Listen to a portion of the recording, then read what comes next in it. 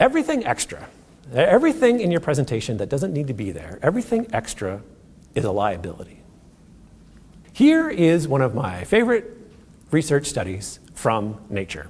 You build this Lego tower that has 4 pillars, and then you add, this is for flair, I guess, you add the little person on top. Okay, so you take this tower that has 1 extra piece on a pillar, and you put this in front of thousands of people, and you say, would you please fix the tower as efficiently as possible? Most people, like an alarming number of people, will add 3 bricks to stabilize the tower. Like, I mean, you want to talk about p-value, it's us. Very few people do this. Very few people will think to remove the 1 brick instead of add the 3. To get people to remove the 1 brick, you have to prompt them with all kinds of cues, like you get extra points if you take away something. Point being, and they ran this, this is one study among a series where they were like looking at everything from like when universities write new policies, what percentage of new policies are new policies versus removing old policies? You can imagine where this goes. The point is, humans, by and large, for all kinds of hypothetical, interesting evolutionary reasons, default to adding things when we need to solve a problem. So you give the average person the average problem, and the first thing that you think about is, well, what do I need to add to this to make it better?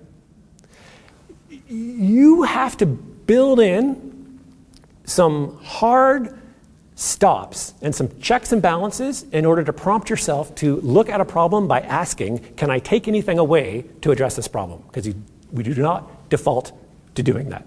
And it's probably because, we've been resource poor for so much of our lineage. I don't know. There's all kinds of hypotheses as to why that is the case.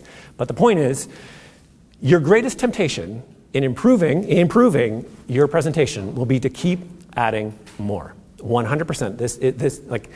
This will be the thing that you're like, oh, how do I make it better?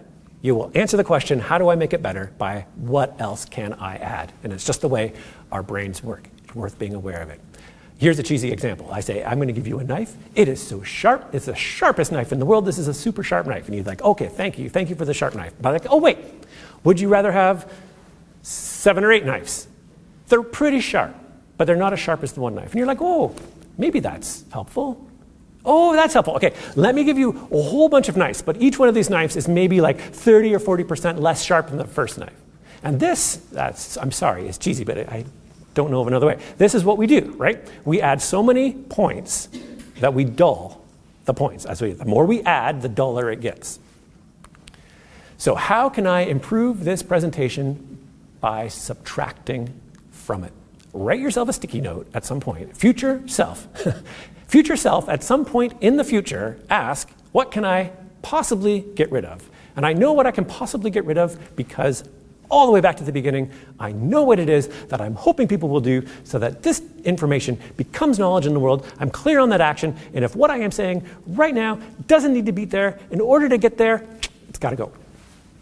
Don't bury the lead. Journalists talk about this all the time. And this is when a journalist comes to you and says, oh, tell me about your research. And then you talk, and you talk, and you talk, and you talk, and you talk about this, and you talk about that, and you've given them all sorts of very, very interesting perspective and nuance and caveat and all sorts of really fascinating details. Great. And then the journalist goes back to their office with this big, long recording and asks themselves, well, I wonder what they were trying to say. And I'm sure you said it. I'm sure in all that you did say it, but that would be, in journalist jargon, the lead is buried. In the context of talking to the media, this is really important to note because you are assigning the responsibility of figuring out what was most important to the journalist. The journalist asked you what was most important, you gave them too much to handle. And we do not want to do that as when we're speaking to a journalist, as when we're presenting our research. Less is more. A successful book is not made of what is in it, but what is left out of it. Mused Mark Twain on the idea of editing. that editing, the taking out, is as much a part of the success of the product as the putting in. To know just what to leave out and what to put in, and where and just how, that is to have been educated in the knowledge of simplicity. In anything at all, perfection is finally attained, not when there is no longer anything to add, but when there is no longer anything to take away. Our goal, classic writing advice, is just as important for a presentation, which is we want to omit the needless words, the needless points, the needless slides. Everything extra is a liability. What do economists call it? Opportunity cost. To do one thing is to not do something else. The more you try to do, the less of something you're going to do. So kill your darlings. As the last metaphor, I think I'll borrow from the writing community, but it's so apt. Kill your darlings is the advice to authors. They've written their book, and they've got scenes in that book. They've got paragraphs in that book that have beautiful turns of phrase, vivid language, fantastic, great dialogue. But I'm the editor, I'm looking at that book, and I'm like, this scene doesn't move the story.